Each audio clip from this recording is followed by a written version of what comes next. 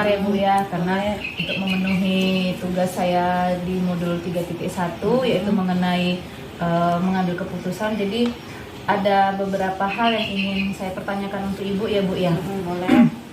Jadi begini Bu, selama ini bagaimana Ibu dapat mengidentifikasikan kasus-kasus yang merupakan dilema ITK ataupun bujukan moral Bu? Terima kasih ya Bu atas kesempatannya yang sudah diberikan kepada saya untuk wawancara ini.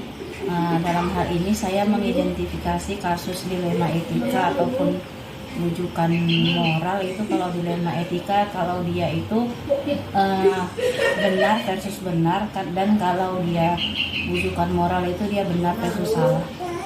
Itu sih Bu. Oh, berarti Ibu mengidentifikasi berasa benar versus benar, benar lawan benar gitu. Benar versus salah kalau dia bujukan. Oh, bujukan. Moral. Oh gitu.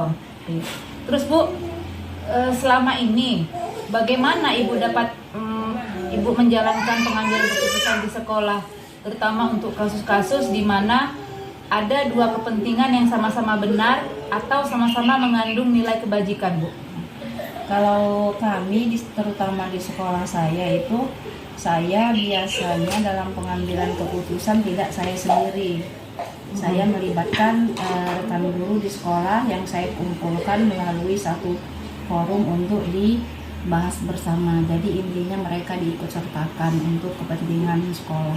Oh, berarti Ibu dalam mengambil keputusan itu tidak sendiri, jadi melibatkan rekan-rekan Iya, guru. rekan-rekan guru. Jadi mereka merasa diikutkan untuk kemajuan sekolah kita. Gitu. Oh, gitu Bu.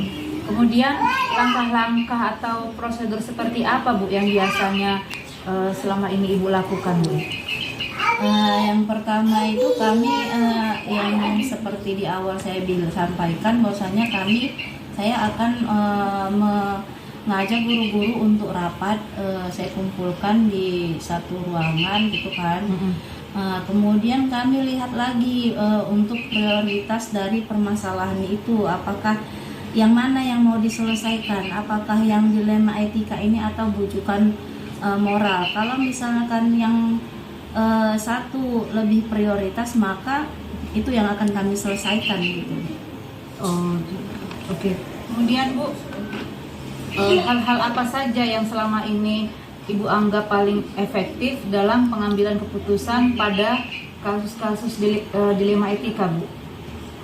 Yang paling efektif itu kalau misalkan mereka sudah menyetujui satu kesepakatan bahwa yang diselesaikan yang ini, maka mau nggak mau semua anggota musyawarah dari para rekan guru itu harus mengikutinya gitu, dan mereka semuanya akan ikut terhadap keputusan yang sudah diambil.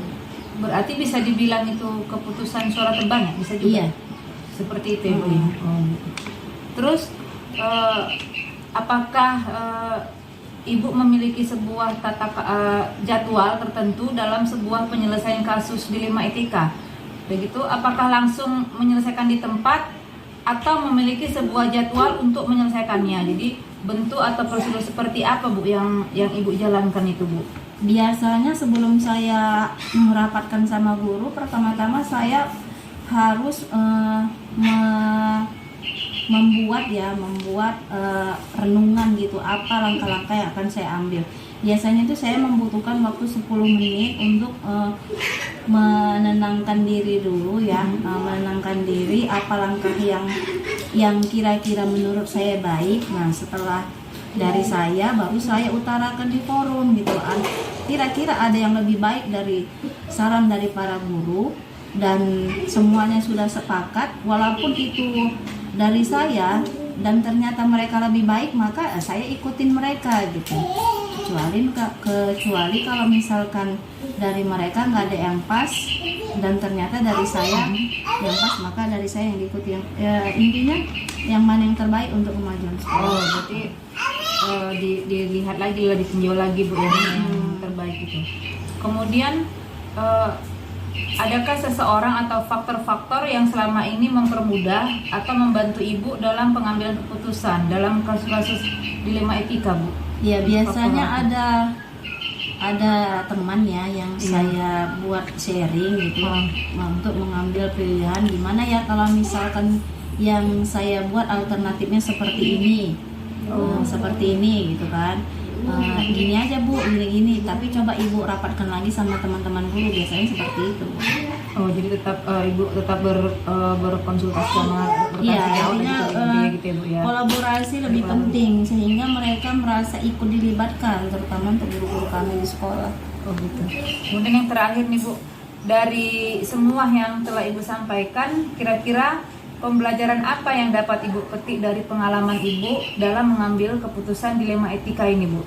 Iya, biasanya kita sebagai pimpinan selaku pengambil risiko terbesar, kita dihadapkan dengan berbagai macam pemikiran ya, terutama dari para guru-guru itu. Jadi untuk membuat satu persepsi itu tidak gampang. Kita harus menyelaraskan dengan pola pikir mereka gitu. Dengan apa? Dengan cara saling bertukar pikiran yang mana yang terbaik gitu.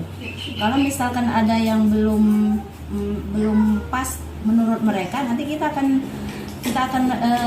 akan jelaskan kembali kenapa itu yang diambil gitu, sehingga mereka pun mengerti. Jadi tidak ada berat hati untuk menerima setiap pendapat itu, jadi semua harus terima dengan legowo.